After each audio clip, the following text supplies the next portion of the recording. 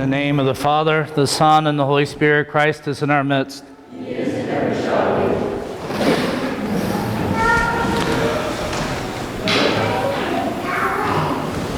be. There is great freedom in being a sinner. That's right. But a statement like that probably needs to be explained. Because we know that as we sin, we enslave ourselves. And so when I say that there is great freedom in being a sinner, I'm not talking about one who consciously and purposely goes about their life sinning and pursuing pleasure and moving away from God. But there is great freedom in the confession that we are sinners. And this is what the confession we hear that we say every week before we receive the Eucharist is the confession that comes from today's reading, where the Apostle Paul says that Jesus Christ came to save sinners, of whom he was first, or of whom he is chief. And this is Paul's confession about himself, that he is chief among the sinners. And as Orthodox Christians, every week we make a similar profession. And there is great freedom in this profession. Because in this profession, in this confession, there's an acknowledgement about the reality of ourselves that the devil can do nothing about, that he is powerless against. This humble acknowledgement is powerful because it's like Teflon. Nothing can stick to it. Now, in our day-to-day life, we go about doing various things, and sometimes our conscience will pang us. Sometimes we'll see ourselves watching too much TV, drinking too much, possibly gossiping. I can't imagine in every one of our lives if we were to do like the early church and stand up here and say, I struggle with this, and I struggle with that.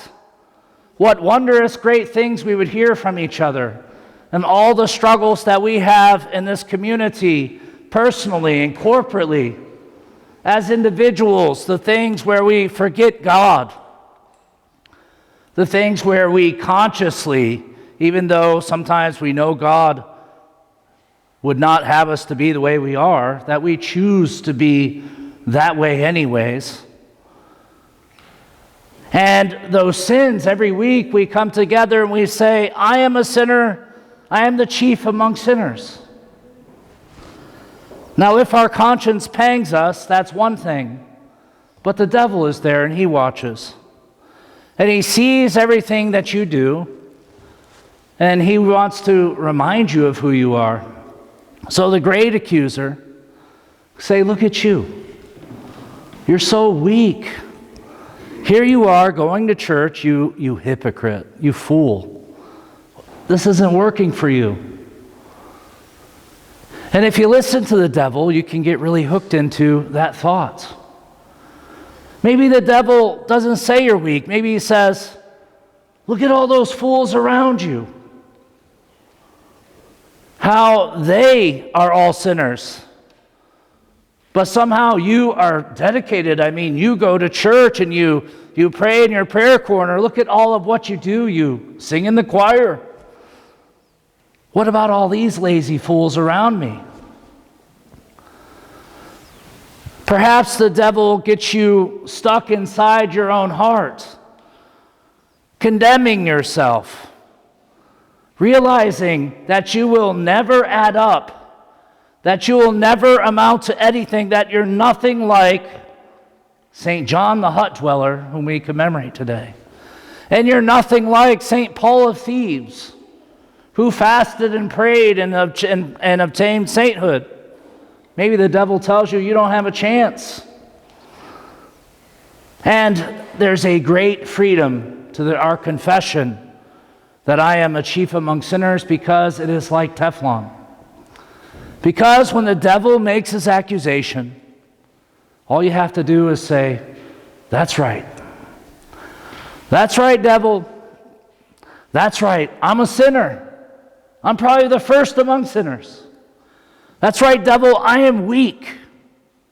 I confess, I am weak. I am lazy. Absolutely, I make the wrong choices. You're right about me, devil. The things that you say about me are right. Your accusations are true. And I know it. I'm a sinner. But interestingly enough, Christ came to save sinners. Christ came to save sinners, and I'm one of them. And I'm not putting my hope in myself that I can save myself somehow. I'm not putting hope in myself that somehow I can be strong even though I'm weak. I'm not putting hope in myself that I'm going to be better than I actually am. I'm a sinner. I'm chief among sinners. Go away. I already know this. I already know this information. And our consciences which pang us, we can say the same things. Because some of us have arguments with our own conscience. Because some of us, in the fall, we would like to think that there's a part of us that's not broken, but in the fall, all of us is broken on some level. So that means some of us have overactive consciences, and some of us have very underactive consciences. And, there's a reason why we need Christ, which is to heal our conscience, which is sometimes called the voice of God within us. And so we can't see ourselves clearly. We can't see our own sins. And that's why it's so freeing to realize that we can't do it. And that ultimately we need the Holy Spirit to guide us and to bring us to all knowledge about ourselves. And again, this is that great freedom of realizing that Christ came to save ridiculous, foolish hypocrites like us. People who say one thing and then turn around and do the exact opposite. He came to save people like us. And he covers people like us. He forgives people like us when we ask for forgiveness because we see ourselves and we see our own foolishness. But the only way he can forgive us is if we acknowledge that we are sinners. Not in an ethereal way, but in a real way. If we experience our own sinfulness, it is the confession of humility and a broken heart that ultimately brings also the forgiveness and grace of God. So to wrap it up, we have many dialogues going on in our life, and we have a lot going on. Some of us are overburdened, and our conscience may pang us, and the devil may corner us because he sees how we are. And as he accuses you, remember, it is nothing to retreat into the truth that we confess every week. When we say that we are sinners, when we acknowledge our brokenness, even before the devil, there's nothing he can do with us because we're turning to Christ in that moment and asking for his grace. And the whole point of everything we do is to acknowledge who we are and to invite Christ into our brokenness so that he can heal what is lacking in us. In the name of the Father, the Son, and the Holy Spirit, Christ is in our midst.